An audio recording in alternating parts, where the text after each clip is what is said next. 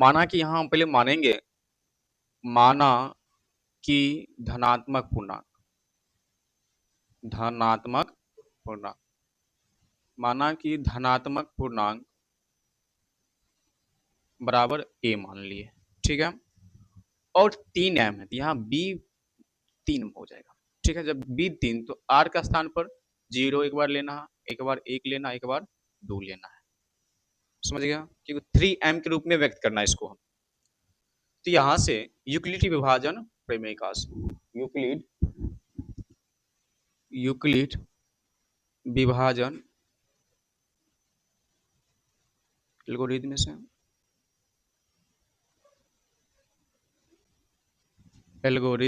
से तो यूक्लिड विभाजन एल्गोरिथम से क्या होता है,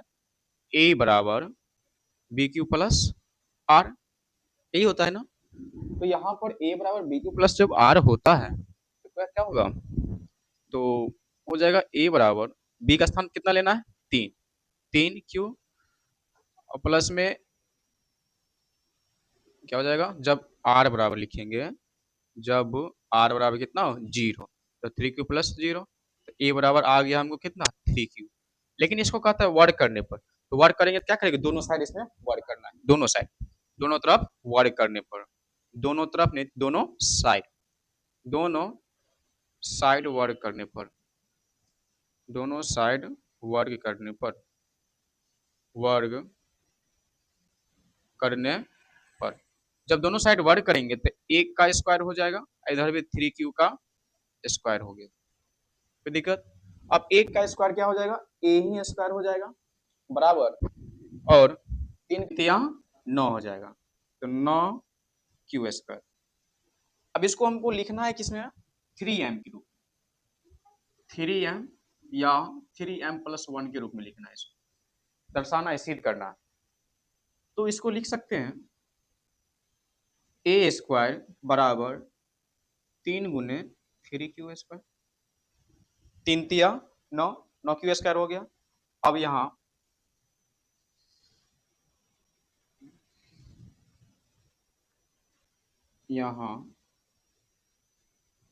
माना कि m बराबर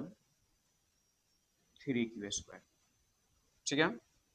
मान लिए m बराबर कितना 3q स्क्वायर रखने पर, तो a स्क्वायर बराबर 3 गुने, अब 3q स्क्वायर का स्थान क्या लिखेंगे, m, क्या होगा 3m, इसलिए यहाँ a स्क्वायर बराबर कितना आ गया 3m। इसको समीकरण मान लेंगे फर्स्ट, समीकरण फर्स्ट, ठीक है। अब जितना काम किए यहां से यहां तक उतना काम एक बार फिर से करना है। जब अब लेना है r बराबर कितना 1 लेंगे, जब r बराबर 1 हो तो फिर उसी से हो जाएगा a बराबर 3q प्लस 1, ठीक है। फिर क्या करेंगे, बराबर इस साइड भी और इस साइड भी क्या करेंगे, वर्ग करेंगे, तो दोनों तरफ या दोनों साइड, दोनों तरफ वर्ग करने पर, दोनों तरफ वर्ग करने पर, जब दोनों तरफ वर्ग करेंगे तो 1 का स्क्वायर हो जाएगा, इधर क्या हो जाएगा 3m प्लस 1 का स्क्वायर, और a प्लस बी का होल स्क्वायर याद है, ये हो गया a, ये क्या हो गया b, a प्लस बी का होल स्क्वायर होता है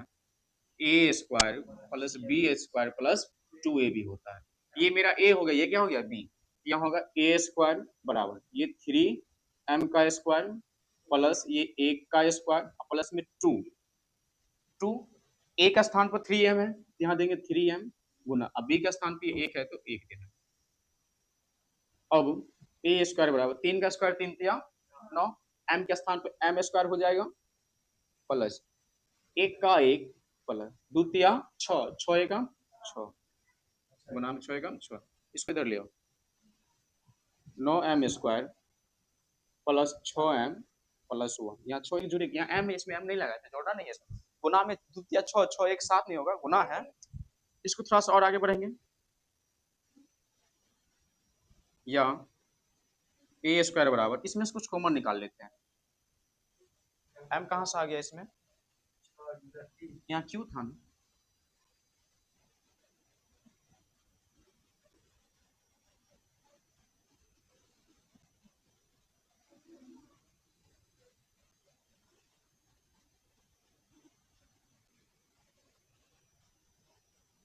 ठीक है। अब इसमें से करते क्या है, 3 कॉमन निकाल लेते हैं। तो 3 कॉमन निकाले, क्या बचा यहाँ 3, 3 तिया 9, क्यू का क्यू स्क्वायर छोड़ दो यहीं पर, प्लस यहाँ से क्या कॉमन निकलेगा, 3 बाहर निकल गया तो क्या बचा यहाँ 2, 3 दूनी 6 होता है, तो 2 प्लस 1। फिर यहाँ मान लेंगे, माना कि यहाँ पर है जो m बराबर 3q स्क्वायर प्लस 2। ठीक है, इतना स्थान पे क्या मान लिए m, इसके स्थान पे m देंगे, फिर a स्क्वायर बराबर 3 गुने m प्लस 1, इसीलिए a स्क्वायर क्या हो गया 3m प्लस 1। हमको यही सीधे करना है, इसको समीकरण मान लेंगे 2, समीकरण 2। तो समीकरण 1 और 2 से ये सिद्ध हो गया क्या, जो प्रत्येक धनात्मक पूर्णांक का वर्ग, अतः यहाँ लिख लेंगे समीकरण 1 और 2 से प्रत्येक धनात्मक पूर्णांक का वर्ग, प्रत्येक धनात्मक पूर्णांक का वर्ग 3m या 3m प्लस 1 के रो का होता, प्रूफ लिख देना लास्ट में, ठीक है, कोई दिक्कत इसमें।